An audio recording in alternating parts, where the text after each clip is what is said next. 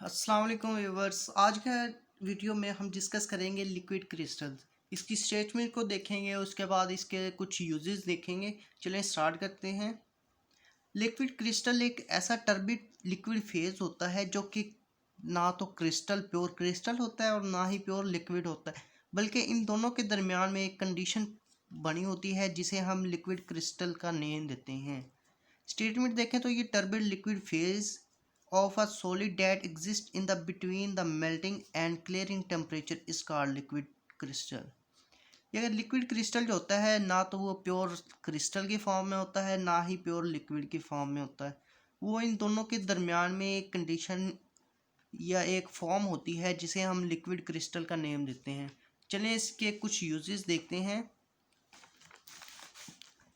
Uses of liquid crystal, first पे आता है टेम्परेचर सेंसर। टेम्परेचर सेंसर बात करें तो जो solid like a solid crystals like solid crystals जो लिक्विड क्रिस्टल होते हैं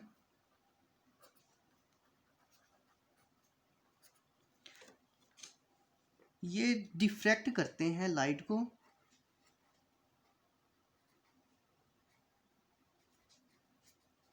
जब लाइट डिफ्रैक्ट करते हैं तो जो लिक्विड क्रिस्टल्स होते हैं तो ये कलर शो करते हैं। और अगर हम देखें तो टेम्परेचर को हम डिक्रीज़ भी करते हैं, ये डिक्रीज़ भी होता है, इंक्रीज़ भी होता है। तो ये जो लिक्विड क्रिस्टल जब हम यूज़ करते हैं तो मुख्तलिफ़ टेम्परेचर पे ये हमें मुख्तलिफ़ कलर्स डिफ्लेक्ट लाइट करता है, जिसकी वजह से ये हमें कलर शो करवाता है।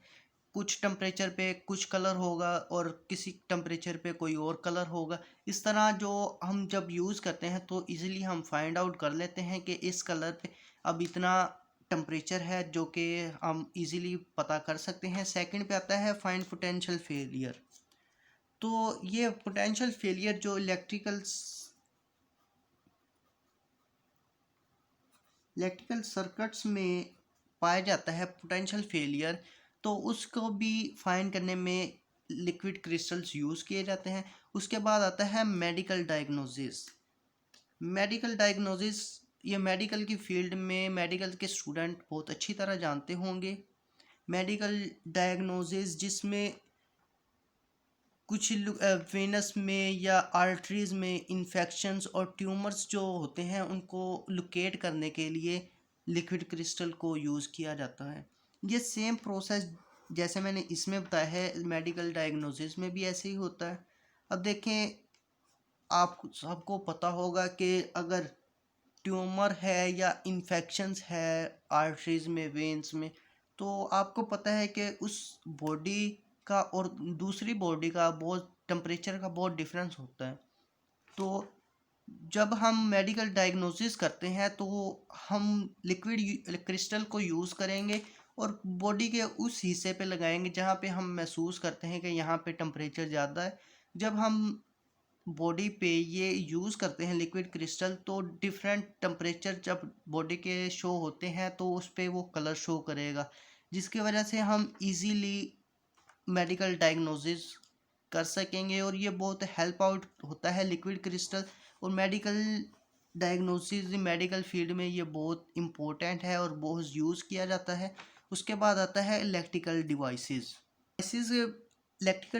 में देखें तो ये यूज़ किया जाता है डिस्प्ले डिस्प्ले ऑफ इलेक्ट्रिकल